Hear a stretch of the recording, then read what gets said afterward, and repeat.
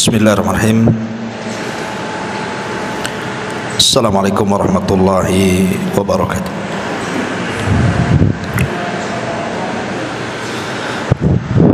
Alhamdulillah, salatu wassalamu ala rasulillah wa ala alihi wa sahbihi wa mawalah, wa la hawla wa la quwata illa billahi wa ba'du. Alhamdulillah, di pagi hari ini kita bisa duduk kembali untuk thalabul ilmi. Dan sebelumnya saya minta maaf karena beberapa minggu ke belakang ini memang banyak acara. Kemarin safar ke Jawa, pulang-pulang ngantar Umairah ke pesantren, terus datang pula tamu dari kampung, jadi berturut-turut hampir 3 mingguan, sehingga sering libur kajiannya. Dan insyaallah kita memulai kembali. Kajian kita masih membahas kitab Arba'in Nawawi, dan kita masuk pada hadis ke-40. Kita baca hadisnya. An Ibni Umar radhiyallahu anhuma qala akhadha Rasulullah sallallahu alaihi wasallam bimankibi faqala kun fid dunya ka'annaka gharibun aw 'abiru sabilin. Wa kana Ibnu Umar radhiyallahu anhuma yaqulu idza amsayta fala tanthadhiris sabaha wa idza asbahta fala tantadil masa wa khudh min sihhatika limaradik wa min hayatika limautika. Rawahul Bukhari. Dari Abdullah ibnu Umar, semoga Allah meridhai keduanya, beliau dan ayahnya Umar ibn al-Khattab radhiyallahu an,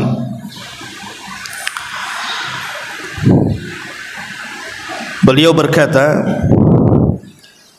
Rasulullah sallallahu alaihi wasallam satu hari pernah memegang kedua pundakku seraya bersabda, jadilah engkau di dunia ini seperti orang asing ataupun seperti musafir. Kemudian Ibnu Umar radhiyallahu anhu berkata, jika engkau berada di sore hari, jangan menunda-nunda datangnya pagi hari, dan jika engkau di pagi hari, maka jangan menunda-nunda sampai datang sore hari. Pergunakanlah masa sehatmu sebelum sakitmu, dan masa hidupmu sebelum kematian. Hadis ini dikeluarkan oleh Imam Al-Bukhari dalam sahihnya. Baik. Ma'asyiral muslimat yang dimuliakan Allah Subhanahu wa taala. Hadis ini disebutkan oleh para ulama sebagai hadis pemutus dari segala angan-angan. Maksudnya angan-angan dunia, dan seseorang diingatkan dengan dekatnya kematiannya. Dalam sebuah hadis dari Abdullah ibn Mas'ud radhiyallahu anhu, khattan Nabi sallallahu alaihi wasallam khattan murabba'an.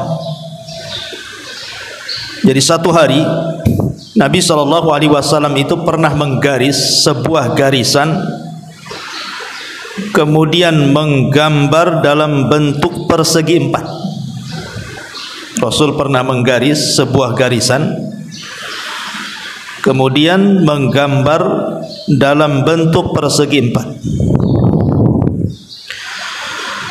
Kemudian wa khatta khattan fil wasati kharijan minhu. Lalu setelah beliau menggambar persegi empat itu, beliau menggariskan sebuah garis di dalam persegi empat itu yang menjorok keluar. Jadi ini gambar persegi empat, kemudian digaris lagi keluar situ. Kemudian wa khatta khututan sigharan ila hadzal ladzi fil wasati min janibihi alladhi fil wasati wa qala hadzal insan wa hadza ajaluhu muhitum bi. Kemudian Nabi sallallahu alaihi wasallam di tengah-tengah kotak tersebut menggaris lagi dengan garisan-garisan kecil yang banyak. Kemudian beliau bersabda, garis di tengah ini adalah ibarat seorang manusia yang dikelilingi oleh persegi empat itu, maksudnya ajalnya yang mengelilinginya. Adapun garis-garis itu adalah angan-angannya. Kata Nabi sallallahu alaihi wasallam, wa hadzal ladzi huwa kharijun amalu. Adapun garis-garis kecil yang banyak itu diibaratkan sebagai angan-angannya. Maksudnya apa? Nabi sallallahu alaihi wasallam dalam hadis Abdullah bin Mas'ud ini mengatakan, ketika menggambar persegi empat, kita ini berada dalam kotak itu, dan kotak itu artinya ajal yang mengelilingi manusia, di mana manusia tidak mungkin keluar dari kotak itu. Artinya manusia tidak mungkin lari dari ajalnya. Adapun garis-garis kecil yang keluar dari kotak itu adalah angan-angannya. Dari sini kita tahu bahwa angan-angan dan ajal itu sesuatu yang berbeda. Karena yang namanya angan-angan itu bisa terjadi, bisa tidak. Ada orang yang bercita-cita ingin jadi dokter, bisa jadi dokter, bisa juga gagal jadi dokter. Ada orang ingin jadi tentara, ya bisa juga jadi tentara, bisa juga gagal. Ada orang ingin menjadi pedagang sukses, ya bisa sukses, bisa juga tidak. Namanya angan-angan. Angan-angan itu hanya sekedar angan-angan saja, bisa tercapai, bisa tidak. Tapi kalau ajal itu bukan angan-angan. Ajal itu sesuatu yang pasti terjadi. Karena yang namanya ajal itu walaupun tidak diangan-angani, kita pengen mati atau pengen dipanjangkan usianya, namanya ajal itu tetap datang. Tidak mungkin gagal ajal-ajal. Dari sini kita tahu bahwa Nabi SAW ingin memutus rantai tulul amal, panjangnya angan-angan bagi manusia, bahwa ajal lebih dekat kepada dirinya dibandingkan angan-angannya. Makanya ada istilah para ulama, aqrabu syai'in al-ajalu wa ab'adu syai'in al-amalu. Paling dekatnya sesuatu itu adalah ajalnya, dan paling jauh sesuatu itu adalah angan-angannya. Lah dalam hadis Abdullah bin Umar radhiyallahu an, Nabi sallallahu alaihi wasallam ingin menasihati kita. Jadi satu hari Nabi sallallahu alaihi wasallam itu datang kepada Abdullah bin Umar, kemudian memegang kedua pundaknya. Jadi Abdullah bin Umar berada di depannya, Rasul memegang tangan seperti ini ke pundak Ibnu Umar. Dan ini menunjukkan apa? Kasih sayang Rasul kepada murid-muridnya, kasih sayang seorang guru kepada murid-muridnya. Dilihat dari kedekatan Rasul meletakkan kedua tangan di pundak dan bahu Ibnu Umar. Jadi seorang guru harus punya kasih sayang dengan muridnya. Karena Allah sendiri mengatakan, la in kunta faddan ghalidal qalbi dan faddu min hauli. Kalau engkau keras kasar kepada orang yang kau dakwahi wahai Muhammad, tentu mereka akan lari dari dakwah. Makanya Rasul mencontohkan kelembutan seorang pengajar kepada seorang murid. Dengan kedekatan beliau dan keakrabannya ditunjukkan dari kedua tangan beliau diletakkan di kedua bahu Ibnu Umar. Kemudian Nabi SAW mengatakan, ya Ibna Umar, kun fid dunya ka'annaka gharib. Wahai Ibnu Umar, jadilah di dunia ini seperti gharib, orang asing, au abirus sabil, ataupun seperti orang yang singgah menjadi seorang musafir. Analoginya begini, Bu.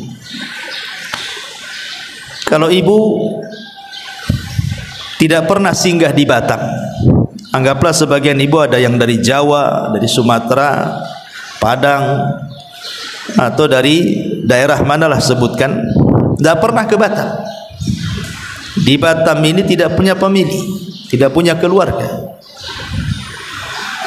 Dan Batam ini hanya sekedar kota transit saja, karena tujuannya bukan ke Batam. Boleh jadi ibu mungkin mau ke Singapura atau ke Malaysia. Hanya Batam ini tempat transit saja. Tidak ada saudara, tidak ada kawan, tidak ada siapa-siapa. Datanglah ibu ke Batam hanya sebagai seorang musafir hanya, ataupun transit saja, karena ingin tujuannya kan ke Malaysia atau ke Singapura. Mustahil orang yang transit terpikir macam-macam.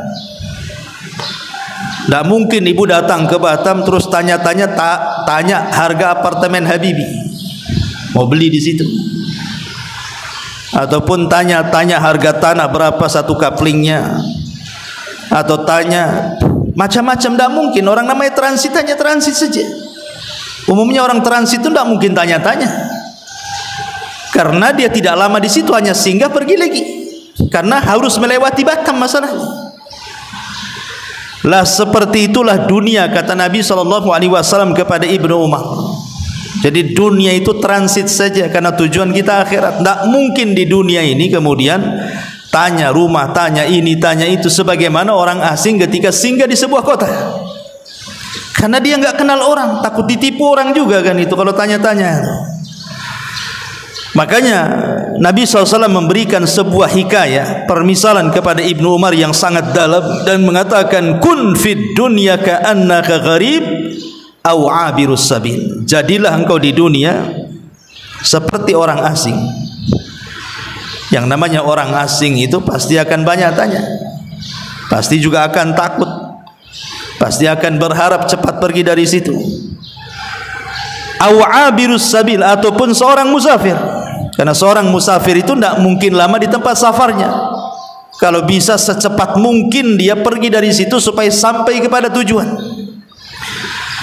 Lah Ibnu Umar ini radhiyallahu an paham dengan hadis ini, sangat paham dengan hadis ini. Makanya kenapa Ibnu Umar kemudian berkata, saking pahamnya dengan nasihat Nabi SAW, kata beliau, idza amsayta fala tantadir sabah wa idza asbahta fala tantadir al-masa wa khudh min sihhatika limaradik wa min hayatika limautik. Jika engkau di sore hari, maka segeralah beramal, jangan menunggu di waktu pagi. Dan jika engkau di waktu pagi juga segera beramal, jangan nunggu di waktu sore. Ambillah di waktu sehatmu sebelum sakitmu, dan di waktu hidupmu sebelum kematian. Ma'asyiral muslimat yang dimuliakan Allah Subhanahu wa taala, Abdullah ibn Umar radhiyallahu anhuma sampai-sampai dijelaskan dalam biografi beliau ini bagaimana zuhudnya beliau dan memegang amanah Nabi SAW untuk dijadikan dunia ini sebagai tempat persinggahan seorang musafir atau orang yang asing yang sampai di situ. Abdullah bin Mas'ud radhiyallahu anhu sampai memuji Ibnu Umar dan mengatakan, inna amlaka syababi Quraisyin li nafsihi anid dunya Abdullah ibn Umar. Orang yang paling bisa menahan dari pemuda-pemuda Quraisy untuk dirinya terhadap dunia, aku tidak melihat kecuali Abdullah ibn Umar radhiyallahu anhu. Ini pujian daripada Abdullah ibn Mas'ud radhiyallahu anhu. Makanya Al-Hafidh Adz-Dzahabi dalam kitabnya At-Tadhkirah, jadi satu hari manusia datang kepada Ibnu Umar radhiyallahu anhuma dan menawarkan kekuasaan. Itu di zaman fitnah tuh. Dan ketika itu tidak ada yang lebih mulia yang masih hidup kecuali beberapa sahabatlah, salah satunya adalah Abdullah ibn Umar radhiyallahu anhuma. Jadi orang-orang ini datang kepada Ibnu Umar dan mengatakan, anta sayyidun nasi wa ibnu sayyidihim. Ibnu Umar, engkau ini pemimpin sekarang dan engkau putra pemimpin, karena dia putra Umar bin Khattab. Wan nasu bikaradun, manusia sudah berkumpul, mereka mau menjadikan kamu sebagai pemimpin kami. Wa nahnu nubayyi'uka, dan kami siap membaiatmu. Jadi manusia datang dari mana-mana meminta kepada Ibnu Umar untuk siap dibaiat dan menjadi pemimpin mereka, karena kala itu terjadi kekosongan pemimpin.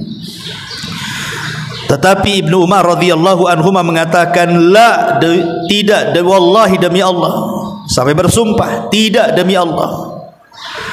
Beliau mengatakan, wala yuhraqu fi mahjamati damin, aku tidak mau ada satu tetes darah pun tertumpah di negeri ini. Karena biasanya apabila terjadi kekosongan pemimpin kemudian rebutan menjadi pemimpin, pasti terjadi peperangan, kan itu. Makanya Ibnu Umar lebih baik menghindar dari fitnah, padahal sudah jelas-jelas loh kekuasaan di hadapan dia. Manusia sudah redha.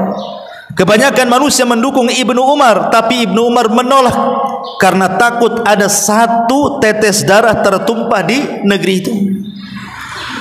Kalau sekarang, ya jangan begitu. Sekarang pilih saya, jangan pilih dia. Saya paling hebat, dia tidak hebat.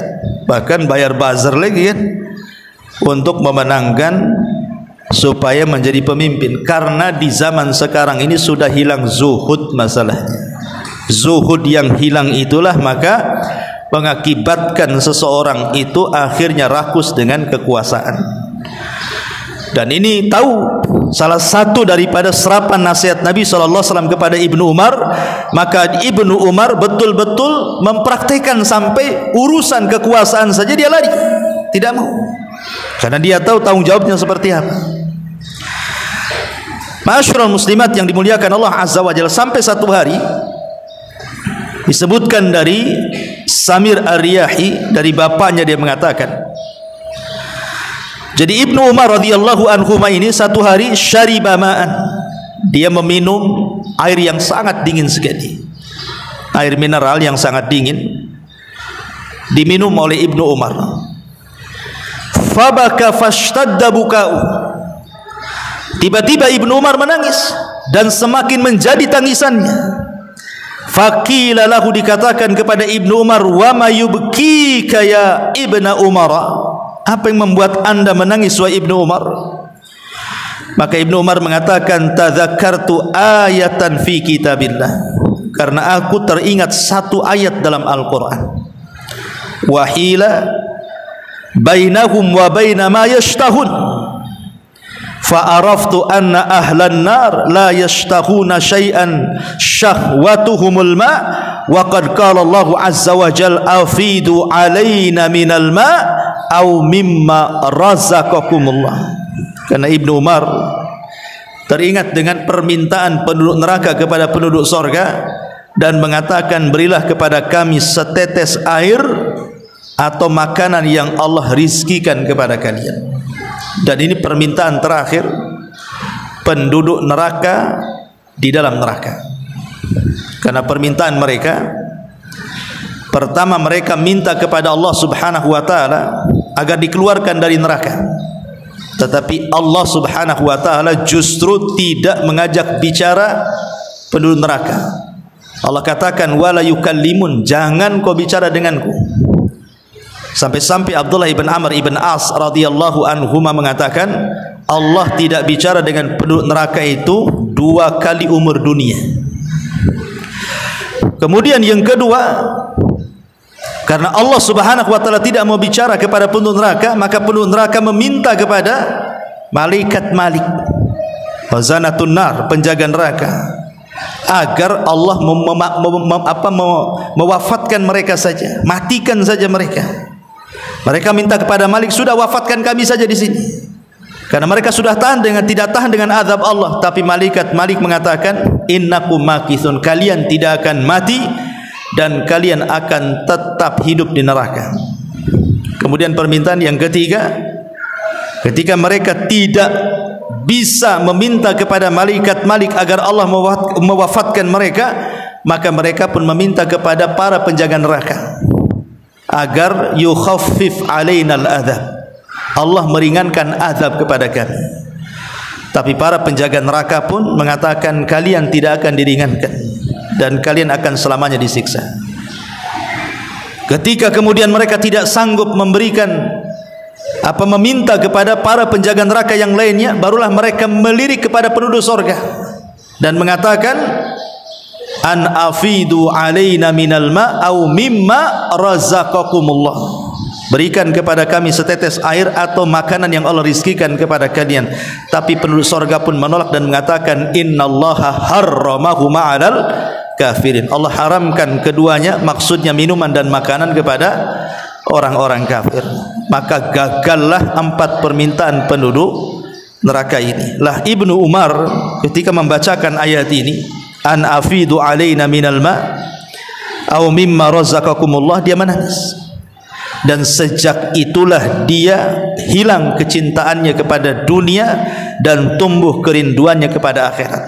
Dan itu bentuk bagaimana Ibnu Umar paham dengan nasihat Nabi SAW, hendaklah dia menjadikan dunia sebagai tempat safar atau orang asing. Makanya kalau kita lihat biografi Ibnu Umar itu, Ibnu Umar ini beliau tidak pernah makan kecuali ada orang yatim ataupun orang miskin yang menemani dirinya. Kalau tidak ada anak yatim, tidak ada orang miskin, dia tidak akan makan. Jadi makannya itu bersama orang fakir dan orang miskin. Kalau tidak ada orang fakir miskin, dia akan makan dia. Dan itu menunjukkan apa? Zuhudnya beliau. Dari sini kita paham kalau sedikit menggali biografi Ibnu Umar radhiyallahu anhuma, Ibnu Umar sangat memahami nasihat Nabi SAW. Baik kita kupas sedikit isi daripada hadis Nabi SAW. Di sini Nabi SAW mengatakan nasihat kepada Ibnu Umar, kun fid dunya ka'annaka gharib aw abirus sabil. Jadilah wahai Ibnu Umar, engkau ini seperti orang asing ataupun orang yang lewat di sebuah tempat kemudian singgah dan berlalu dari situ, alias musafir. Isa bin Maryam alaihi salatu wassalam pernah menasihati tentang masalah dunia. Apa kata Isa bin Maryam? Isa bin Maryam mengatakan u'buruha wa la ta'muruha. U'buruha wa la ta'muruha. Dunia ini hendaklah kalian lewati dan jangan kalian makmurkan di dalamnya. Kata Isa bin Maryam, dunia ini cukup dilewati, tidak perlu dimakmurkan di dalamnya. Karena kita hanya lewat saja. Buat apa dimakmurkan? Waktu, tenaga, biaya kita habiskan di dunia sehingga ketika datang kematian semua ditinggalkan. Makanya kata Isa, lewati, jangan dimakmurkan. Kenapa demikian? Al-Imam Ibnul Qayyim rahimahullahu ta'ala mengatakan, muhibbud dunya la yanfaku min thalathin. Pecinta dunia ini tidak lepas dari 3 perkara. Orang kalau cinta dunia pasti tidak lepas dari 3 perkara, kata Ibnu Al-Qayyim rahimahullahu ta'ala. Apa itu? Hammun lazimun wa ta'abun daimun wa hasratun la yanqadi. Yang pertama, kegelisahan yang terus menerus. Yang kedua, kecapean dan keletihan yang tidak berujung, dan penyesalan yang tidak pernah berhenti. Yang pertama, kesedihan dan kegelisahan yang terus menerus. Yang kedua, kecapean dan keletihan yang berkelanjutan. Dan yang ketiga, penyesalan yang tidak pernah berhenti. Inilah dunia. Coba kita perhatikan, dunia ini lebih banyak membuat sedih dibandingkan senang. Cobalah perjalanan ibu dari kecil, bagaimana ibu rasakan sejak kecil itu, senang atau tidak? Kemudian setelah menginjak remaja, kemudian dewasa, kemudian menikah, kemudian punya anak, rasanya lebih banyak sedih dibandingkan bahagia. Dan kesedihan itu selalu lewat. Apabila datang kebahagiaan, datang lagi kesedihan. Kayaknya nggak pernah berujung tuh. Kemarin saja baru tertawa, hari ini pula sudah menangis. Kemarin baru bahagia, hari ini pula sudah gundah gulana. Begitu juga capek letih. Siapa yang tidak capek di dunia ini? Stres, Bu. Mikir macam-macam kan, mikir itu. Mikir pengen punya rumah, pengen punya tanah, pengen punya uang, pengen punya baju, tas, macam-macam orang di dunia ini. Dan itu kan tidak ujug-ujug ada kan, harus mencari, lelah letih. Kadang-kadang nekan pula suaminya untuk membelikannya, padahal dia tahu kemampuan suaminya seperti apa. Ya karena dunia ini melelahkan. Ujung-ujungnya penyesalan. Kenapa? Karena sudah dikumpul-kumpul pun ditinggalkan. Makanya ada istilah hakikatud dunya at-tajmi'u wat-tafriqu. Hakikat dunia itu, ibu kumpul-kumpulkan sudah banyak, ibu tinggalkan. Ibu tinggalkan. Berapa banyak coba orang-orang yang sudah kaya sukses itu akhirnya meninggal dunia kan? Dia kan gak mungkin berpikir besok akan mati. Tidak ada orang yang mereka rakus dengan dunia itu berpikir besok akan mati. Tidak mungkin, mustahil. Tetapi namanya kematian itu pasti sebuah kelaziman. Makanya di sini Imam Ibnul Qayyim mengatakan, hammun lazimun wa ta'abun daimun wa hasratun la tanqadi. Ma'asyiral muslimat yang dimuliakan Allah Azza wa Jalla, kalau kita melihat sedikit kisah para sahabatnya, Abu Dzar Al-Ghifari radhiyallahu anhu. Satu hari datang seorang laki-laki masuk ke rumah Abu Dzar Al-Ghifari. Maka pandangan orang ini melihat di sekeliling rumah Abu Dzar Al-Ghifari. Pasti ibu kalau punya rumah kan minimal teras depan itu, ruang tamu kan pasti dihiasi, bukan? Di situ ada lemari, nanti dalam lemari itu mesti ada bunga-bunga, entah ada pernak-pernik, entah ada barang-barang yang kalau orang melihatnya itu akan takjub. Kursinya pun yang bagus, mejanya yang bagus, toplesnya yang bagus, sampai warna riasnya pun harus cantik kan itu. Orang kalau punya rumah pasti yang pernah dihiasi pertama kali ruang tamunya.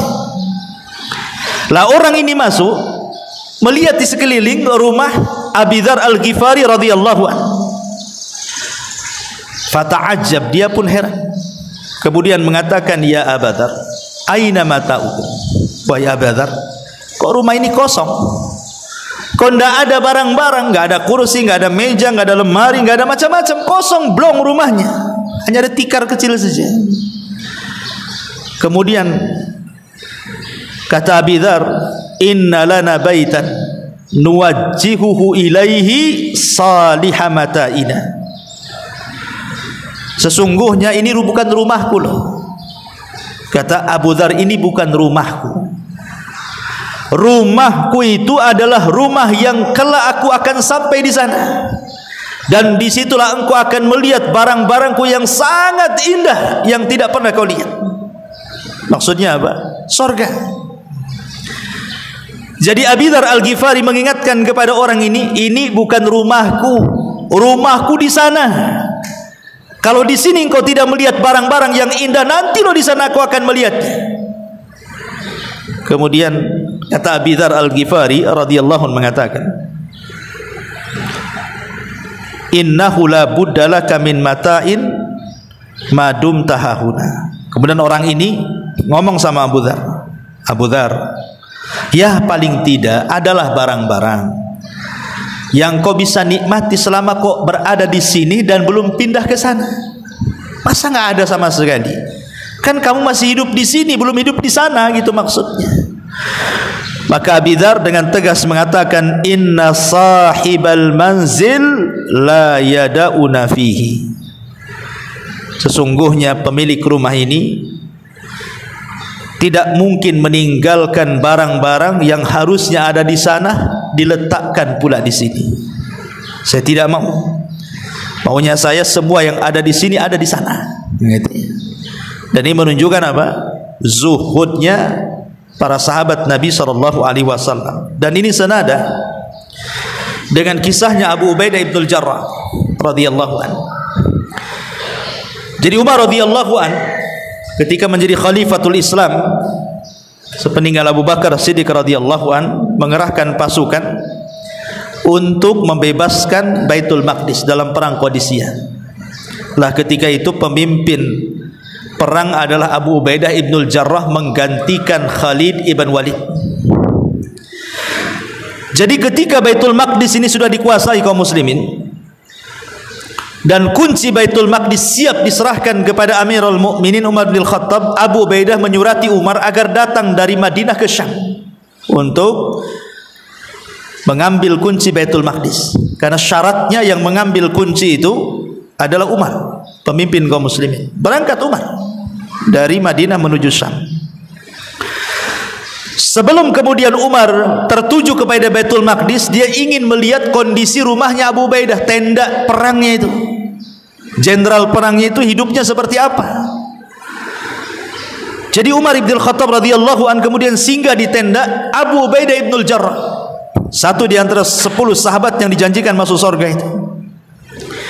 Kemudian setelah Umar masuk, beliau melihat di sekitar tenda, di dalam tenda itu kok tidak ada barang-barang, kok kosong itu tenda itu, padahal dia jenderal perang. Oh, kalau sekarang jenderal, kita lihatlah mantan jenderal itu, bisnisnya di mana-mana, rumahnya di tengah kota, besar luar biasa. Itu mantan jenderal zaman sekarang kan gitu. Ini masih menjabat. Abu Ubaidah ibn Jarrah ini masih menjabat, belum pensiun, belum purnawirawan.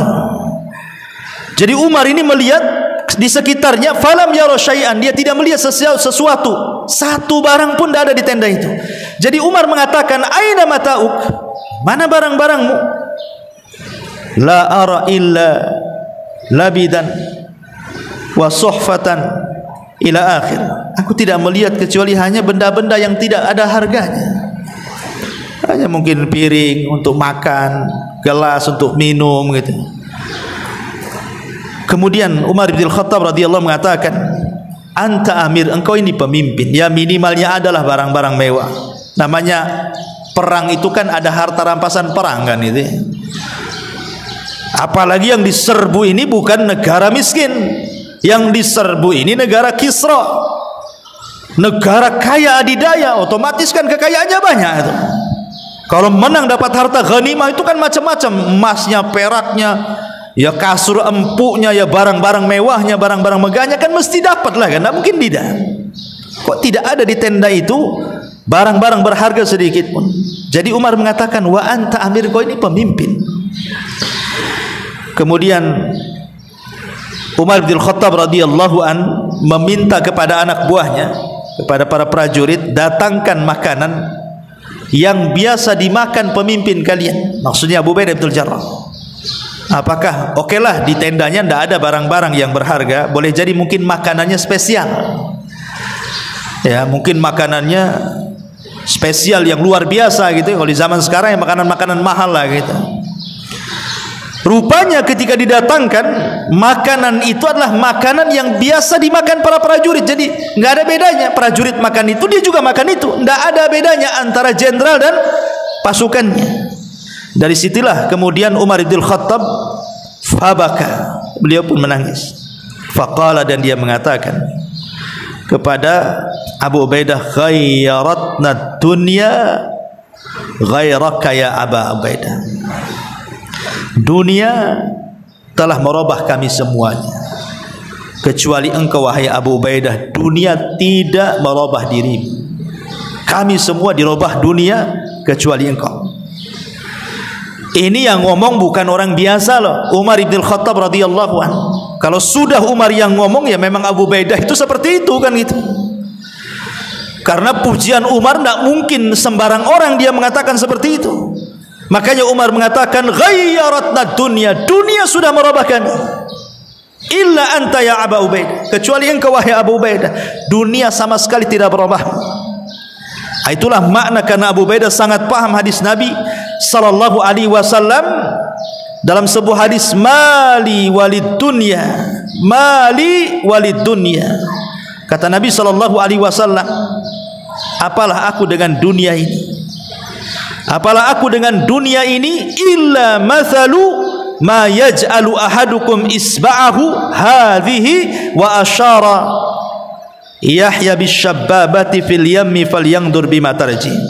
Demi Allah, tidaklah dunia dibandingkan akhirat melainkan seperti salah seorang di antara kalian meletakkan jarinya, Yahya perawi hadis berisyarat dengan jari telunjuknya ke laut, lalu lihatlah apa yang dibawa dari jari jemari itu. Jadi kalau ada lautan, kemudian kita celupkan jarinya, kemudian diangkat lagi, paling ada satu tetes itu. Lah satu tetes itulah menjadi perebutan satu dunia manusia sejak zaman Adam sampai yang terakhir mati. Sementara kekayaan Allah itu terbentang lautannya.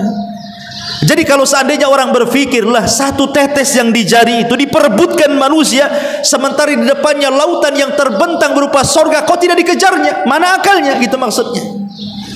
Lah kita rebutan yang satu tetes, sementara yang lautan tak bertepi kok ditinggalkan? Akalnya di mana? Seolah-olah Rasul ingin mengatakan demikian. Ini lautan terbentang loh. Kenapa kalian tidak kejar? Kenapa ngejar yang setetes itu? Makanya Nabi SAW mengatakan, mali walid dunya ma ana wad dunya innama mathali wa mathalud dunya kamathali raqibin dhalla tahta syajaratin thumma raha wa tarakaha. Apalah arti dunia bagiku, kata Rasul? Apa urusanku dengan dunia? Sungguh perumpamaanku dan perumpamaan dunia adalah seperti pengendara yang berteduh di bawah pohon, lalu istirahat sesaat kemudian meninggalkannya. Sebagian ulama hadis mengatakan dunia ini seperti kailulah. Tahu kailulah? Tidur siang. Jadi seolah-olah Rasul ingin mengatakan, kita ini lagi safar, capek, ada pohon di situ, kemudian kita duduk di situ, hanya kailulah, tidur sesaat, tidur siang, kemudian setelah bangun, kemudian kita pergi lagi. Itulah dunia, seperti singgah di bawah pohon, hanya sekedar tidur kemudian pergi. Pendeknya kehidupan dunia, dan memang pendek kan. Sekarang kan ibu yang usianya 40-50 tahun kan udah nggak terasa. Mungkin masa lalu itu hanya kenangan saja kan. Oh dulu ibu pernah kecil sekolah di sini, main di situ, kemudian remaja sekolah di sini di situ, kemudian dewasa sekarang sudah menikah, punya anak, sebagainya, sudah punya cucu. Kok cepat kali zaman ini. Seolah-olah tahu-tahu saja ya, tahu-tahu kecil, remaja, dewasa, tahu-tahu ngaca sudah beroban semuanya. Ya itulah dunia, nggak terasa. Bahkan kalau waktu zaman dulu itu kayaknya lama sekali. Saya masih ingat tuh, kalau dulu itu siang dari pagi sampai sore itu kan lama kali. Tapi sekarang kan dari pagi ke sore itu cepat sekali rasanya. Tahu-tahu zuhur, asar, maghrib. Ini kayak kajian saja, baru tadi kita ngaji udah 9.42 sekarang. Terasa duduk kayak gini. Ya. Nah ini menunjukkan bahwa dunia ini hanya sesaat. Bahkan ada seorang sahabat, Salman Al-Farisi radhiyallahu anhu. Ma'ruf kisah Salman Al-Farisi, seorang sahabat yang keliling dari satu negara ke negara berikutnya hanya mencari hidayah. Dari beragama penyembah berhala berupa api, Majusi, kemudian masuk Nasrani, kemudian dibeli oleh tuan Yahudi sampai akhirnya dapat hidayah masuk Islam. 3 agama dilewati itu Salman Al-Farisi. Majusi, Nasrani, Yahudi, baru Muslim. Ya. Dan Salman Al-Farisi walaupun demikian termasuk as-sabiqun al-awwalun. Dia orang-orang yang lama mengikuti jejak Nabi. Salman Al-Farisi seolah-olah ketika Allah Subhanahu wa taala tidak menghendaki Abu Lahab masuk ke dalam Islam, Allah ganti Salman Al-Farisi yang bukan orang Arab justru mendapatkan hidayah saat kematian, detik-detik wafatnya. Jadi Sa'ad bin Abi Waqqas ini satu di antara 10 sahabat yang dijanjikan surga ini datang menjenguk Salman saat wafatnya. Kemudian dilihatnya Salman ini menangis. Maka Sa'ad bin Abi Waqqas berusaha menghibur Salman dan mengatakan, "Alaisa qad sahibta Rasulullah sallallahu alaihi wasallam kada wa kada, alaisa kada wa kada, alaisa kada wa kada." Wahai Salman, engkau ini orang yang paling lama berkawan dengan Nabi. Sekian dan sekian waktu engkau sudah berbuat begini dan begitu bersama Nabi, engkau sudah berbuat begini dan begitu bersama Nabi. Jadi Sa'ad bin Abi Waqqas berusaha menenangkan Salman karena ketika itu menangis saat detik wafat itu. Diingatkan dengan kebaikan, dan ini sunnah hukumnya. Kalau ibu ziarah kepada orang sakit, maka yang dibicarakan tidak boleh kecuali kebaikan. Tidak boleh ibu bicara soal keburukan di ruangan yang ada orang sakit di situ. Nggak boleh. Tetapi ceritakan kebaikan, kau ini orang baik, atau diceritakan ke kawannya biar dia dengar. Sayang dia sakit, ya dia itu orang baik, mudah-mudahan Allah sembuhkan dia, supaya dia dengar waktu sakitnya. Ya, karena di sini Sa'ad memberikan contoh kepada kita, menjelaskan kepada Salman bagaimana jasa beliau dulu dan bagaimana pertemanan beliau dengan Nabi sallallahu alaihi wasallam. Qala Salman, tapi Salman mengatakan, dia mengatakan, ma'abki wahidatan minal isnain. Aku bukan menangis karena satu di antara 2 perkara. Kata Salman, aku menangis bukan karena satu di antara 2 perkara. Kemudian Salman mengatakan, ma'abki dhannan lid dunya wala karahiyatan lil akhirah. Demi Allah aku mati bukan karena aku terikat dengan dunia, aku tidak mau meninggalkan dunia, bukan itu. Bukan pula aku membenci akhirat, karena orang mati itu cuma 2 nih. Kenapa orang itu kemudian saat kematiannya sulit, sehingga kemudian terkadang di antara mereka itu harus koma berbulan-bulan loh, bertahun-tahun. Ada Allah siksa seperti itu orang tuh. Gak mati-mati, ada orang koma bertahun-tahun itu. Boleh jadi karena dipersulit kematian. Kan ada orang yang mati itu ketika berwasiat, yang diwasiatkan itu urusan dunia, padahal dia akan berpisah dengan dunia. Aneh itu. Tolong jaga tanah tanah bapak, tolong jaga tanah ini, tanah itu, ini perusahaan tolong jaga. Dia sendiri akan berpisah dengan perusahaannya itu, dengan tanahnya. Masih juga berwasiat dengan dunia, kan akalnya hilang tuh. Oh, dia mau berpisah dari dunia, kok wasiat dengan dunia pula. Kecuali kalau wasiatnya kebaikan, tolong nah ini sepertiganya wasiatkan, kasihlah untuk masjid, kasihlah untuk anak yatim, jelaskan itu ya. Tapi ada sebagian orang tidak berpikir ke situ, sehingga terjadilah karahiyata lil mauti, benci kematian dan benci akhirat. Kata Salman, aku menangis bukan karena takut meninggalkan dunia atau benci dengan akhirat. Walakin, kata Salman, akan tetapi, walakin Rasulullah sallallahu alaihi wasallam ahida alayya ahdan. Dulu Rasul pernah berjanji kepadaku dan aku pernah berjanji kepadanya.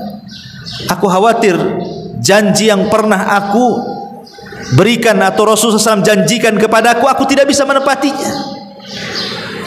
Kemudian dia mengatakan, fama arani illa qad ta'addaitu, dan aku tidak pernah melihat pada diriku kecuali aku sudah melampaui janji itu.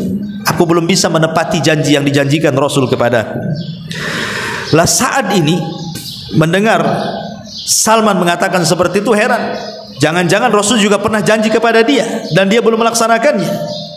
Jadi Sa'ad ini mendesak kepada Salman, Wa ma ahida ilaika, apa yang dijanjikan Rasul kepadamu wahai Salman? Jangan-jangan aku juga sama gitu ya.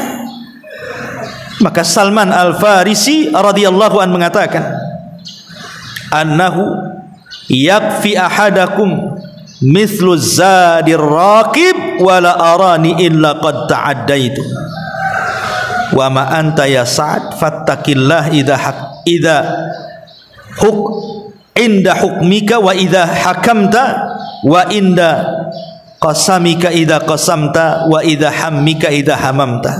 Kata Salman Al-Farisi radhiyallahu an, Rasul dulu pernah berjanji kepadaku agar engkau wahai Salman menjadikan kehidupan dunia ini dalam berjalan di atas dunia ini mithlu zadir raqib.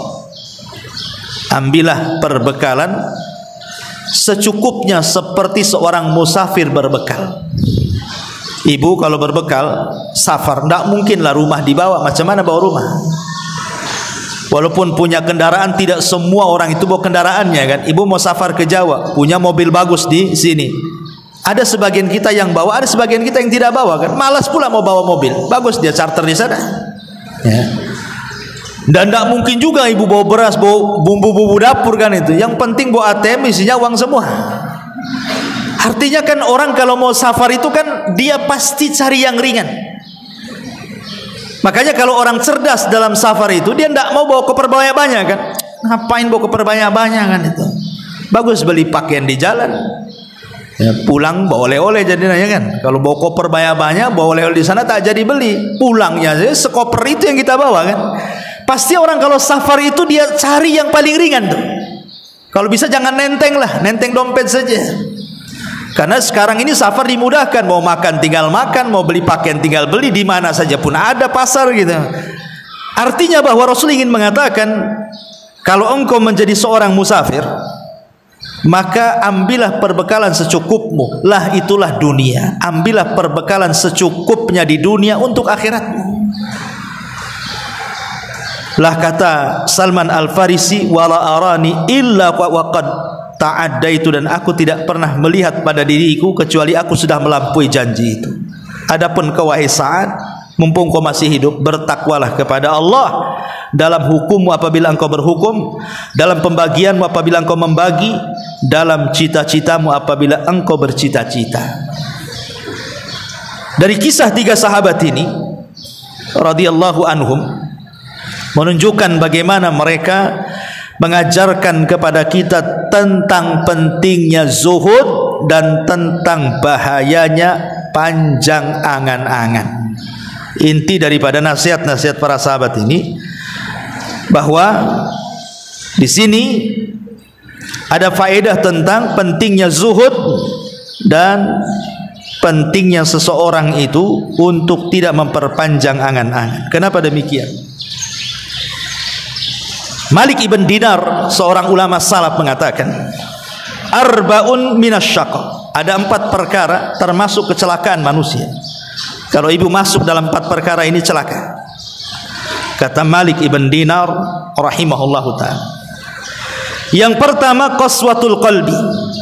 Ibu kalau keras hati, ini bahaya ya, jangan keras hati. Yang kedua jumudul aini. Ibu kalau susah menangis, susah menangis, baca Quran susah menangis, susah diingatkan akhirat juga susah menangis ya. Karena itu akibat dari keras hati kan. Kalau sudah keras hati pasti mata susah menangis ya. Tapi kalau lembut hatinya pasti mata akan mudah menangis. Kemudian yang ketiga tulul amal, panjang angan-angan, yang berakibat kepada yang terakhir wal hirsu ala dunya. Dari panjang angan-angan itulah akhirnya seseorang rakus terhadap dunia, sudah tidak kenal mana halal mana haram, yang penting dapat dunia. Ini kata Malik ibn Dinar 4 perkara kalau ada pada hidup manusia celaka dia. Hatinya keras mengakibatkan susah menangis, otaknya panjang angan-angan dunia, berakibat dia pun rakus terhadap dunia tanpa menyaring apakah dunia yang diambilnya halal ataukah haram. Makanya kata ulama, kalau ingin sembuh dari tulul amal, panjang angan-angan, lakukan dua perkara. Kalau orang ingin sembuh supaya tidak terlampau panjang angan-angannya, lakukan dua perkara. Yang pertama, ingat bahwa annaka rahilun, engkau ini akan pergi dari dunia. Ingat bahwa kita ini akan pergi dari dunia. Tidak mungkin kita selamanya di dunia. Dan itu kita saksikan di sekitar kita hari-hari. Ada yang meninggal kan, ada yang bayi meninggal kita saksikan, ada yang anak remaja meninggal kita saksikan, ada yang sudah tua juga meninggal kita saksikan.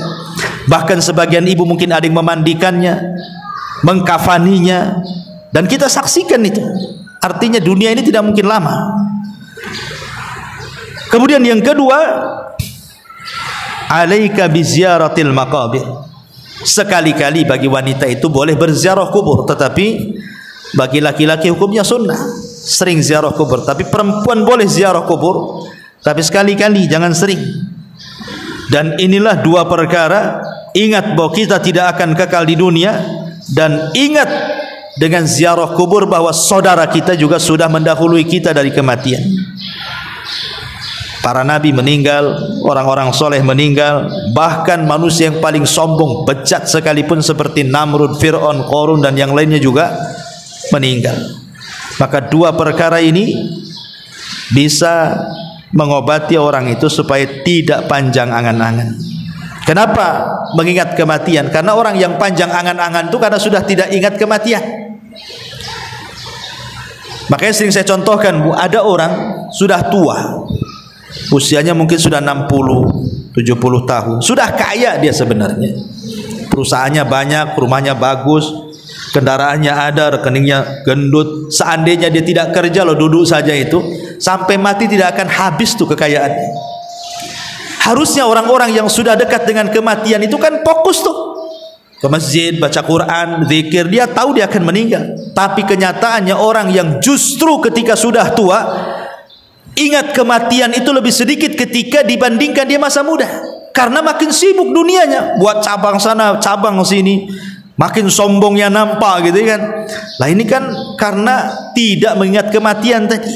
Sudah tua tapi tidak ingat kematian, disiksa dengan dunianya. Lah sebab yang kedua, karena dia tidak pernah ziarah kubur.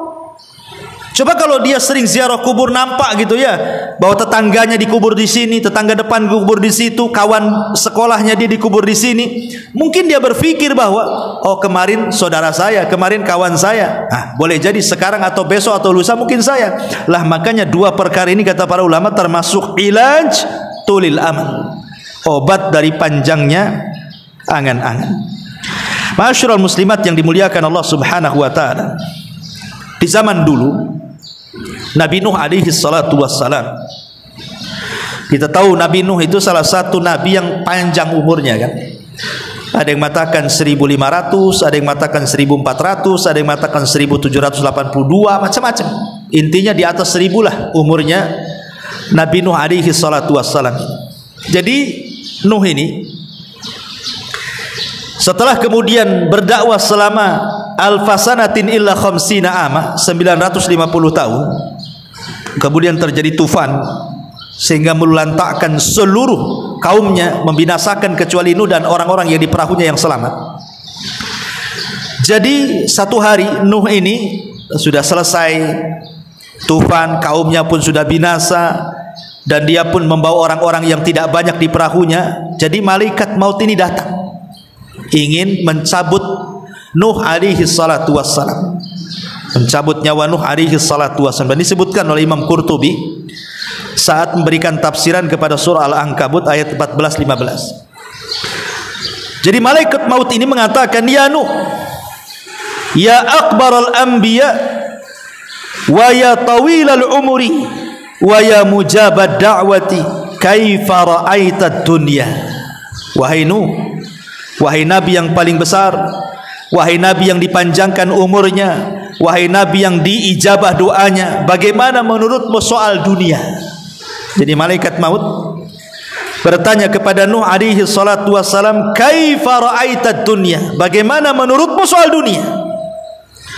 Maka Nabi Nuh alaihi salatu wasallam mengatakan mithla rajulin buniya lahu baitun lahu baban fadakhala min wahidin wa kharaja min al-akhar. Nuh mengatakan dunia ini permisalan ibu ini dibangunkan satu rumah, kemudian dibuatkan dua pintu, pintu depan dan pintu belakang. Kata Nuh, dunia ini seperti rumah. Engkau masuk dari situ, kau keluar dari situ. Ya, Nuh alaihi salatu wasallam mengatakan dunia ini seperti rumah. Ibu punya rumah ada dua pintu, pintu depan dan pintu belakang. Seolah-olah ibu masuk dari pintu depan kemudian keluar dari pintu belakang. Itulah dunia. Rumah ini tidak akan dibawanya, ditinggalkan begitu saja. Seolah-olah keluar masuk saja, masuk keluar saja. Hanya singgah sebentar, masuk rumah, duduk, kemudian keluar lagi. Lah itulah dunia, kata Nuh alaihi salatu wasallam. Dalam riwayat, dakhala min ahadihima wa jalasa hunayatan thumma kharaja min babil akhar. Engkau masuk ke dalam rumah, kemudian berduduk sejenak. Hunayah itu sejenak duduk, kemudian keluar lagi. Makanya kenapa di dalam Al-Quran itu illa asyiyatan awduhaha. Nanti di akhirat orang itu ditanya soal jam mereka hidup di dunia, mereka mengatakan seolah-olah di dunia ini hanya asyiyah awduhaha, hanya sesaat saja di waktu duha kemudian pergi. Itulah dunia, kata Allah. Tapi ma'asyiral muslimat yang dimuliakan Allah azza wa jalla, inilah di antara kisah-kisah sahabat Nabi SAW dan juga para nabi. Nasihat terakhir dari hadis ini adalah perkataan Ibnu Umar radhiyallahu anhuma di ujung riwayat, "Idza amsayta fala tantadiris sabah wa idza asbahta fala tantadiril masa wa khudh min sihhatika limaradik wa min hayatika limautik." Ini nasihat Ibnu Umar kepada kita. Jika engkau berada di sore hari, jangan menunggu datangnya pagi hari. Dan jika engkau berada di pagi hari, jangan menunggu datangnya sore hari. Maksudnya, kalau pagi ini kita bisa beramal, jangan nunggu nanti sore. Pagi ini ibu bisa punya uang ingin sedekah, sudah langsung sedekahkan. Pagi ini ibu bisa ingin baca Quran, ya sudah, jangan diprogram, nanti sore kan ada waktu. Kalau pagi ini ingin silaturahim ke saudara yang sedang sakit, ya sudah, segerakan hari ini berangkat. Karena belum tentu sore bisa gitu. Betapa banyak orang yang mengagendakan sesuatu ternyata tidak jadi. Tapi berapa banyak orang-orang yang tiba-tiba ada program dijalankan langsung jadi pula dia kan. Ramai-ramai kita ke rumah si Anu, ramai-ramai datang. Tapi kalau kita sore aja lah, biar kita tenang, senang, waktunya ada. Ketika sore banyak pula alasan kawan-kawan kan. Oh, tidak bisa datang, tidak bisa hadir, tidak bisa ini, tidak bisa itu, karena ini, karena itu, banyak macam kan. Makanya kenapa kemudian di sini Ibnu Umar mengatakan kalau bisa beramal di waktu pagi, jangan pula nunggu di waktu sore, ataupun sebaliknya, karena umur manusia tidak tahu. Dari sini Nabi SAW mengatakan, badiru bil a'mali sab'an, bersegeralah kalian beramal saleh sebelum datang 7 perkara. Dan ini sudah saya jelaskan ke ibu-ibu. Apa itu? Illa hal tantadiruna illa faqran munsiya. Apakah ibu harus menunggu menjadi orang fakir yang melupakan ibadah? Sekarang mumpung ya walaupun tidak miskin sekali, tetapi kan cukup hidupnya, walaupun tidak kaya sekali, tetapi cukuplah. Masih bisa lah ibu datang ke majelis taklim, masih bisa sholat duha, masih bisa berinfak walaupun tak banyak gitu kan.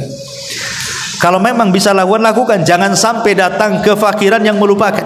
Karena orang fakir itu, ada orang fakir itu kalau diajak ibadah pikirannya tidak akan nyambung. Kenapa?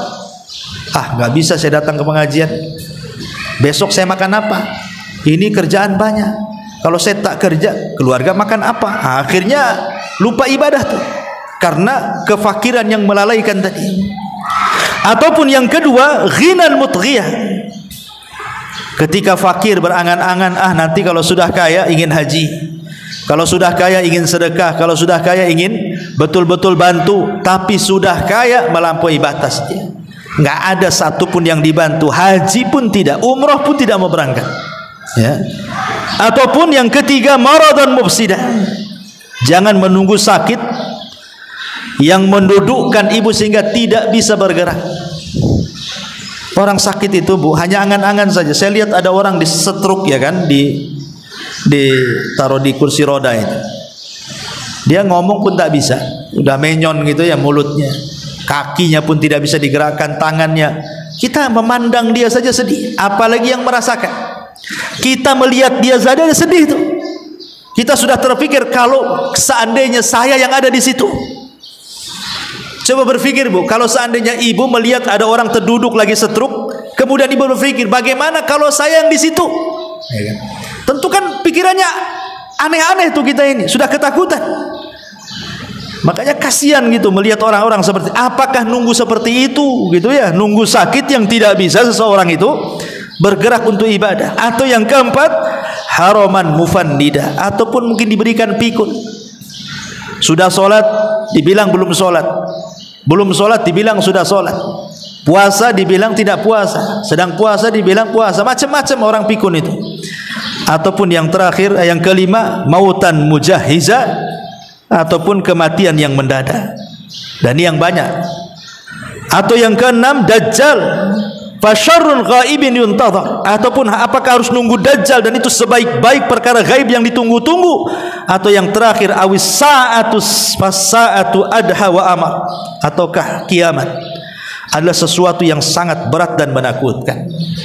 Makanya Rasul mengatakan, igtanim khamsan qabla khamsin. Kata Nabi SAW, jaga 5 perkara sebelum datang 5 perkara. Apa 5 perkara sebelum 5 perkara itu? Kata Nabi SAW, jagalah 5 perkara sebelum datang 5 perkara. Pertama, jaga waktu mudamu sebelum datang masa tua. Sekarang ibu, kita lihat ibu punya anak remaja lah. Kalau ibu yang sudah tua, yang anaknya sudah gadis atau anaknya sudah bujang, kita lihat kan mereka itu gesitnya luar biasa.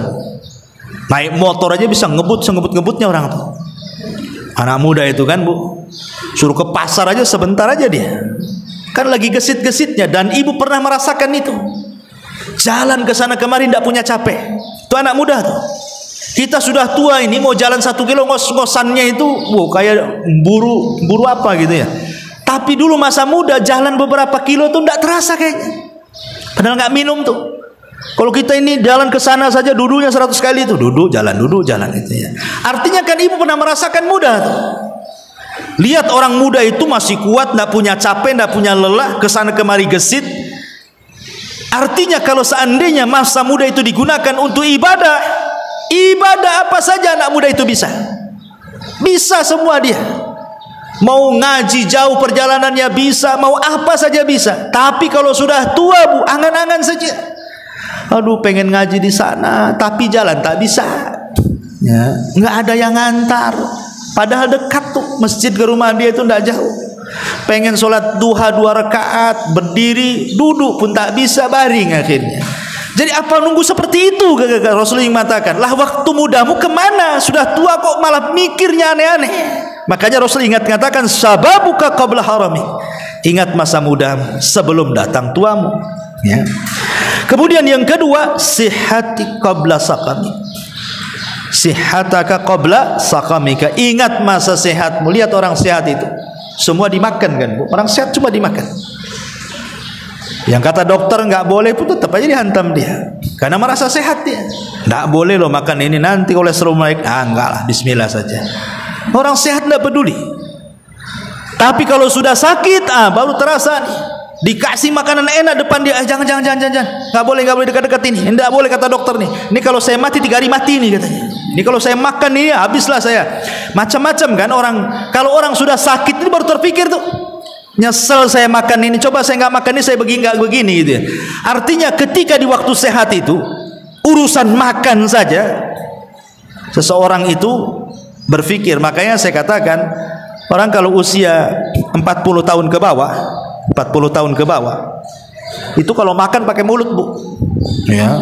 Makan pakai mulut, semua masuk. Sate mau 100 tusuk, gulai mau 100 baskom, semua masuk. Ya. Tapi kalau 40 tahun, 50 tahun ke atas tuh makan pakai otak, Bu. Ya kan? Dia nggak pakai mulut, pakai otaknya. Cocok nggak nih? Masuk nggak nih? Gula nggak nih? Kolesterol nggak nih? Naik nggak darah nih? Nah kan otaknya berpikir dia. Memang nggak haram, itu menjaga kesehatan. Tapi dari situ saja nikmat Allah sudah dicabut sebenarnya. Ya kan? Sudah 40 tahun ke atas sudah otaknya berpikir dia, enggak semua bisa dimakan. Enggak semua bisa diminum, enggak semua orang itu bisa lelah letih seperti di masa ketika dia sehat. Makanya di sini Rasul mengatakan wasihataka qabla saqami. Kemudian yang ketiga wa ghinaka qabla faqri. Dan masa kayamu sebelum datang kefakiranmu. Berapa banyak orang fakir menghayal. Dulu saya pernah kaya, kenapa saya nggak begini? Kenapa saya nggak begitu? Sekarang sudah miskin kok angan-angan.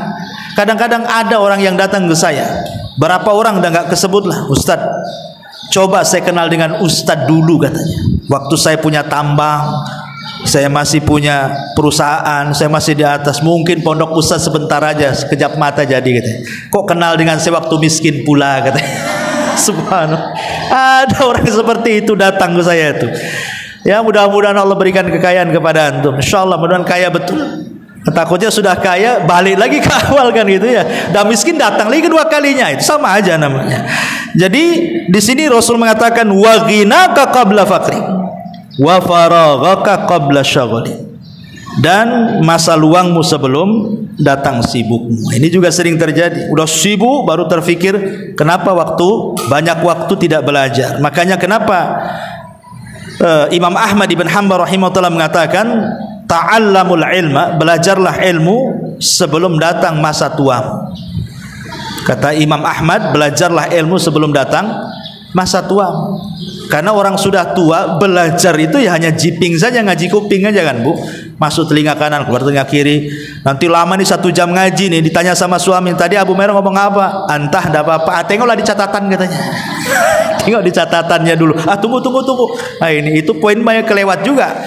Jadi di sini menunjukkan bahwa wa faraghaka qabla syaghali. Karena kenapa dulu di masa muda mungkin ibu nih bisa ngapal? Karena kesibukannya belum banyak kan Bu. Sekarang sudah tua kan banyak yang ngurus cucu, yang ngurus anak, yang ngurus ini, banyak yang diurus. Sehingga terpecahlah akal itu, hafalan terpecah. Jadi susah untuk nyimpan karena simpanan yang lain loh harus lebih banyak porsinya.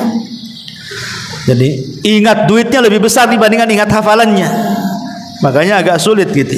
Kemudian wahayatika qabla mautik, dan kehidupanmu sebelum kematianmu. Karena kalau orang sudah datang ajalnya, apa kata Allah? Allah mengatakan fa idza jaa ajaluhu la yasta'khiruna sa'atan wa la yastaqdimun. Apabila datang ajal seorang tidak mungkin ke depan, tidak mungkin ke belakang. Dan dia pun mengatakan laula akhartani ila ajalin qarib la asaddaqa wa akum minas salin. Kalau Allah kembalikan aku ke dunia, tentu aku akan bersedekah dan tentu aku akan termasuk orang-orang yang saleh. Tapi kan mustahil. Itu hanya penyesalan yang tidak ada guna. Wallahu alam. Ini diantara hadis ke-40. Taib sampai di sini. Kita tutup. Kita kasih waktu 10 menit tuh tanya jawab, silakan.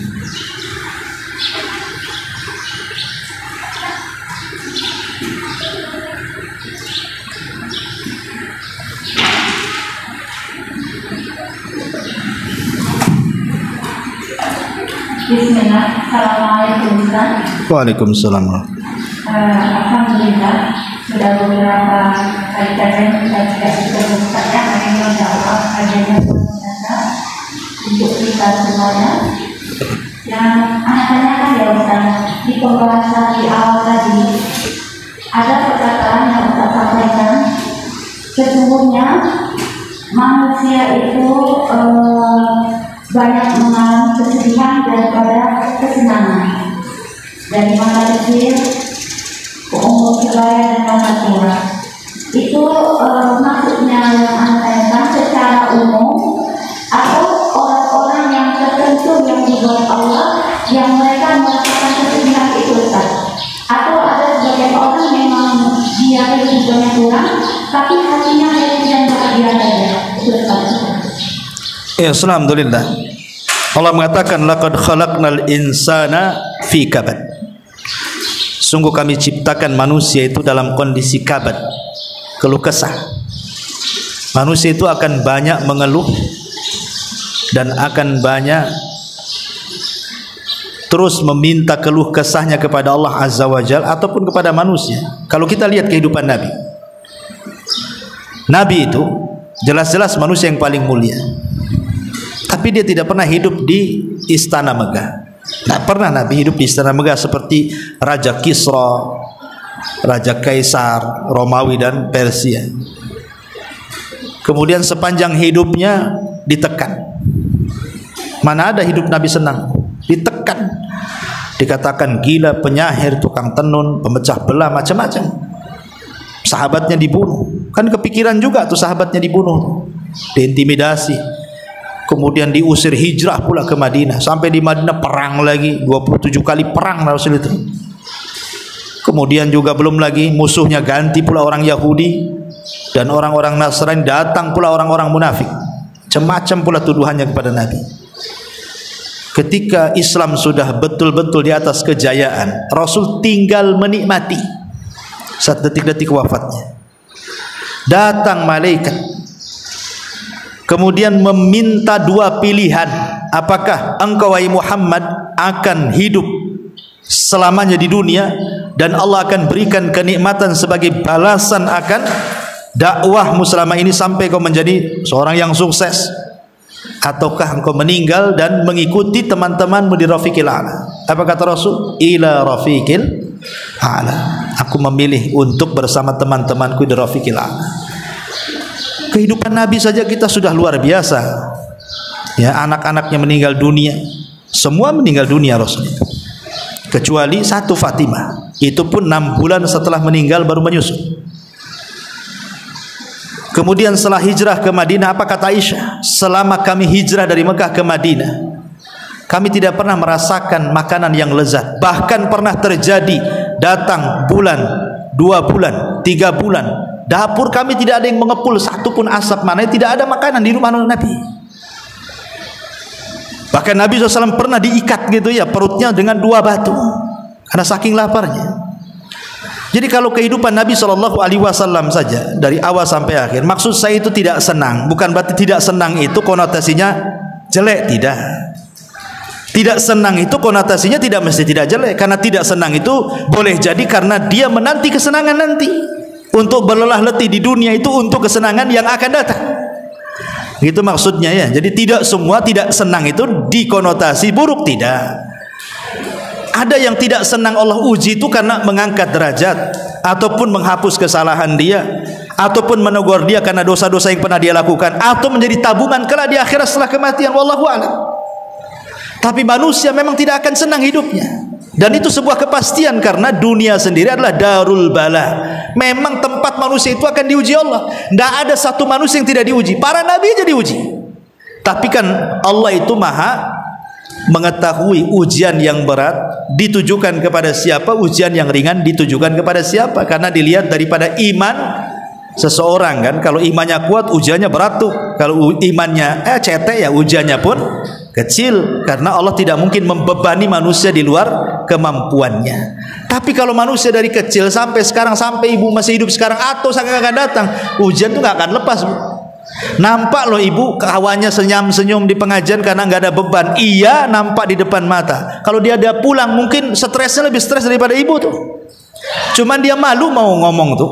Ada orang yang seperti itu. Tapi ada orang yang mulutnya ember, Bu. Ada masalah sedikit kesenggol apa aja cerita dia. Ya, dia nggak tahan kecuali ceritakan tuh. Ada orang yang nggak tahan seperti, ada orang yang sabar, betul-betul sabar, dia nggak mau cerita sama orang. Dia ngadu kepada Allah Azza wa Jalla saja. Tapi ada orang yang tidak mau ngadu kepada Allah, ngadu pula sama orang. Masih mending orang itu ngajak bicara, ngadu sama Facebook loh. Facebook gak bisa bicara loh. Lah kadang-kadang kan manusia itu, tapi pasti manusia diuji, dan ujian itu akan terus-terusan. Tetapi walaupun demikian kan ada busyra, kabar gembira. Inna ma'al usri yusra. Tidak semua ujian itu begitu. Nah, pasti satu kesulitan itu akan datang 2 kemudahan, 3 kemudahan, pasti akan keluar. Setelah keluar itu bukan terus keluar, ada lagi ujian yang lain kan begitu. Ya, bahasanya nelayan handal itu tidak mungkinlah dia bisa menjadi nelayan hebat kecuali dia harus menghadapi ombak yang besar. Makin ditempa ombak, makin handal dia nelayan itu. Artinya orang itu kalau banyak ujian, kalau dia lewat ujian yang kecil, ujian itu udah saya lewati itu, ya itu gampang, itu nggak terlalu stres. Tapi kalau orang nggak pernah kena ujian stres. Ya, jangan lagi soal ujian habis ludes hartanya ya. Kadang-kadang hartanya masih ada. Ya, tetapi banyak orang-orang yang gara-gara hartanya diambil sedikit oleh Allah itu udah kayak kiamat besar, Bu. Banyak orang-orang yang seperti itu. Nah, artinya bahwa ujian itu ya sebuah kepastian. Ada yang konotasinya memang baik, Allah dalam rangka mengangkat derajat. Ada yang konotasinya tidak baik, sengaja Allah menegur supaya berhenti dari maksiat. Nah, itu saja sih. Wallahu a'lam.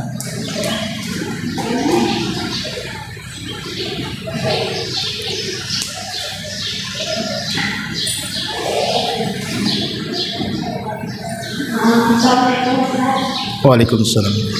Saya mau nanya ya, apakah seorang istri juga bisa dizolimi suami dosa? Gimana? Dizolimi suami ketika berdasarkan Anda itu anak-anak. Apa hukumnya seorang suami menzolimi istri? Iya. Iya. Terus itu apakah seorang istri jika bertahan karena anak itu apakah halnya itu? Oke, ya. Ya, alhamdulillah. Itulah tadi saya jelasin, Bu. Kadang-kadang di dunia ini, ibu pikir sebelum menikah itu gambaran ibu tuh senang saja. Kan ada orang belum menikah itu udah kayaknya karena melihat orang menikah akhirnya senang. Rupanya setelah ibu jalani justru sebenarnya tidak menikah itu lebih senang dibandingkan menikah. Karena mungkin banyak kezaliman dari pasangan, baik istri kepada suami atau sebaliknya. Tetapi ingat bahwa sesenang-senangnya orang yang tidak menikah, sesenang-senangnya orang yang tidak menikah, dia tidak dapat pahala seperti sesusah-susahnya orang menikah. Kan itu ya. Kenapa? Karena semata-mata menikah tidak beramal apapun, hanya akad nikah. Qabiltu nikah, aku terima nikahnya. Hanya sebatas itu saja. Maka seorang suami dan istri itu sudah diberikan separuh agama. Separuh agama sudah dikasih. Kalau orang belum menikah nggak dikasih separuh agama. Berarti kalau separuh tinggal nyari yang separuhnya. Lah yang separuhnya inilah dicari dengan cara apa? Sabar, syukur, qanaah, zuhud. Itulah dalam keluarga. Dan kebanyakan seorang istri dalam keluarga itu, dia masuk surga itu karena dua akhlak. Seorang istri, kunci masuk surga seorang istri dalam rumah tangga itu cuma dua akhlak. Pertama syukur, yang kedua sabar. Makanya kenapa Allah titik beratkan seorang wanita itu dua perkara kan? Salat dan puasa.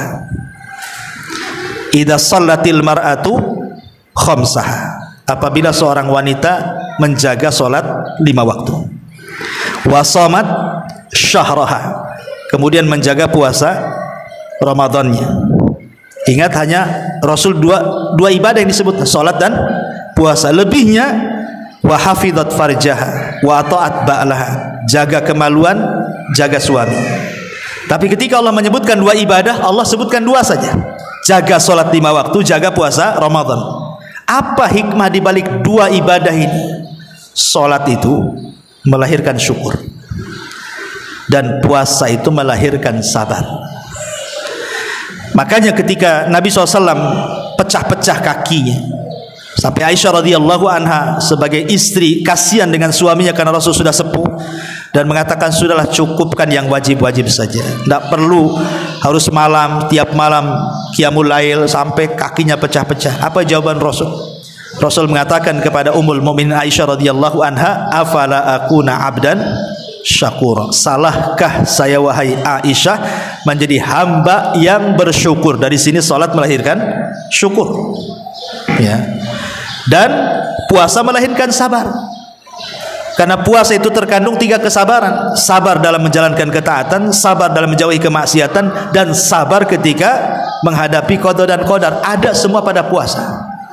Makanya ketika ahli tafsir memberikan catatan wasta'inu bis sabri was shalah, wasta'inu bis sabri was shalah, mintalah pertolongan dengan salat dan juga dengan kesabaran, maksudnya mintalah pertolongan dengan salat dan puasa.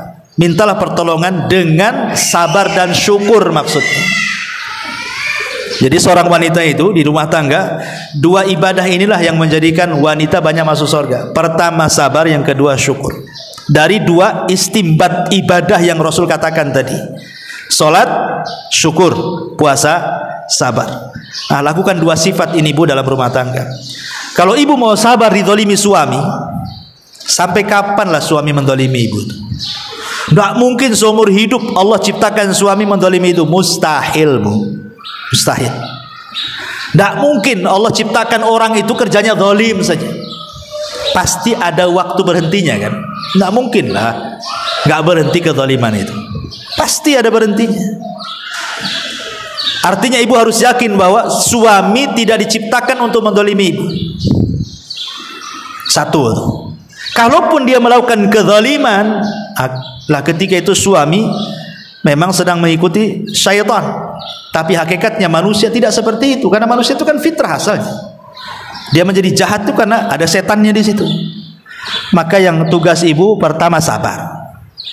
Sabar, artinya sabar ya sabarlah. Gimana lagi mau saya dapat punya suami seperti ini. Lah ibu ini ketika ibu katakan gara-gara anak itu, ibu orang berakal namanya. Kurang apa seorang sahabiah di zaman Rasul namanya Ummu Hakim, ya. Ummu Hakim itu di zaman Nabi, suaminya gila, maksudnya sedikit error lah. Kemudian juga orangnya suka marah-marah dan suka merendahkan. Kadang-kadang lisan itu kan lebih sakit tuh dibandingkan mukul. Kalau mukul sekali udahlah kan itu. Tapi kalau suami ngomong yang enggak merendahkan tuh kan sakitnya tuh di sini Bu ya.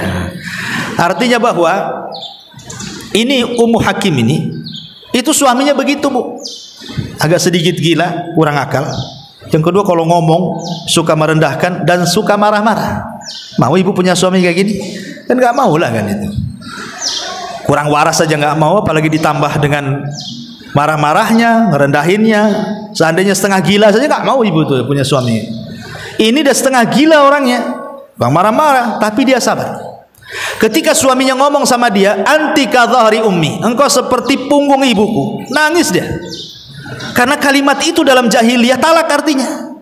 Datang kepada Rasulullah supaya didamaikan, tapi Rasul mengatakan nggak bisa itu kalimat talak tuh. Kenapa Ummu Hakim kemudian ngomong seperti itu kepada Rasul? Sampai turun surah Mujadilah itu, khusus untuk dia satu surat itu. Karena dia memandang anak-anaknya. Anak-anak dia banyak. Belum tentu kalau dia nikah dapat bapak nih, dia jadi bapak anak-anaknya. Karena emosional, bapak angkat dengan bapak kandung itu beda. Jahat-jahatnya bapak kandung itu adalah sedia sayang sama anaknya tuh. Bahkan ada istilah, nak cukuplah bapakmu jadi bajingan. Nah, kamu jadi janganlah seperti bapakmu. Nah, masih ada lah kan kemauan bapaknya itu anaknya lebih baik daripada bapaknya. Tapi kalau bapak angkat udah banyak kejadiannya. Kadang-kadang diusir anaknya, anak angkatnya diusir. Dia memang ingin nikah ibunya saja. Ya. Ataupun mungkin ibu tidak menikah lagi, akhirnya anak-anaknya jadi yatim kan? Yatim hidup bahasanya. Iya kalau orang tuanya, bapaknya tanggung jawab. Kalau enggak, ya maka sebenarnya yang harus ibu lakukan pertama berdoalah. Bu, doa itu pengetuk pintu langit. Makanya sering analogikan, kalau saya benci sama ibu, tapi ibu datang ke saya hari ini ngetuk pintu, tuk tuk tuk, ustad gitu. Gak mungkin lah nggak saya buka Bu. Tiap hari datang ngetuk, tiap hari datang ngetuk. Nggak mungkin nggak saya buka, pasti dibuka. Awalnya sih sewot, ngapain kita ketukan gitu ya kan? Lama-lama kan disalami, apalagi ibu datang bawa rantang, ya kan? Bawa roti, bawa apa. Lama-lama lembut lah saya ini. Itu kepada manusia loh ya. Allah itu mimbabil aula. Ini namanya mafhum aulawi. Manusia saja kalau diketuk hari-hari datang sayangnya, apalagi Allah yang tidak ada dendam. Kalau hari-hari diketuk pintu langit dengan doa, dengan ya Allah lembutkan hati suami, ya Allah ambil waktu-waktu yang mustajab. Mustahil lah Allah itu nutup pintu suami, itu mustahil. Maka doa bu, sepertiga malam doa, minta diketuk tuh pintu langit itu tiap hari kalau bisa. Lama-lama dilembutkan lah. Yang punya hati itu Allah kok.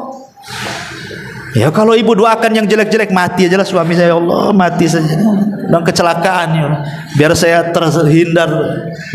Ada itu nggak bagus ya kan.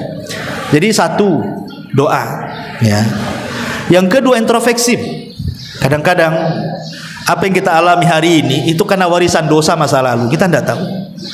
Mungkin kita dulu ya kan, kita tidak tahu ya masa lalu ibu seperti apa, masa lalu saya seperti apa, masa lalu orang lain. Semua orang tuh punya masa lalu. Ada yang masa lalunya baik, ada yang masa lalunya tidak baik. Ada yang masa lalunya penuh dengan ibadah, ada yang masa lalunya penuh dengan maksiat. Sekarang ketika kemudian masa lalu sudah berlalu, ibu sudah mulai hijrah bertobat gitu kan.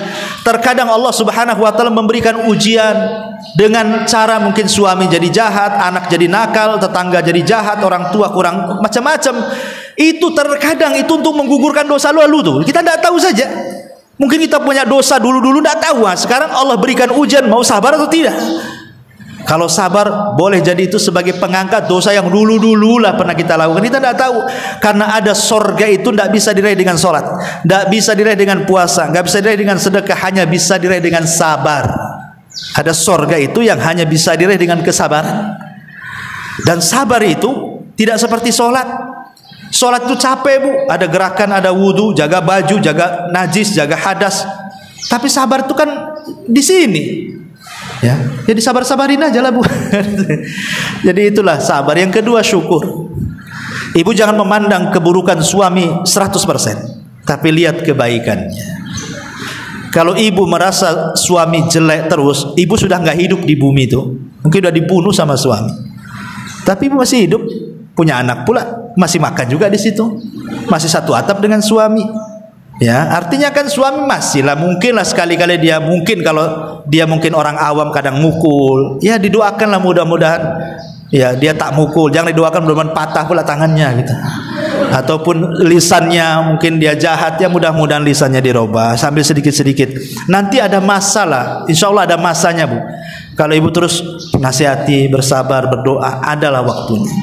Ya, kalaupun itu belum terjadi, ya anggap saja itu laluan dalam kehidupan. Itu ujian bagi ibu. Bersabar, karena mengakhiri perceraian itu tidak baik dalam agama. Itu sama dengan membantu syaitan. Apalagi tadi ibu bagus karena anak-anak.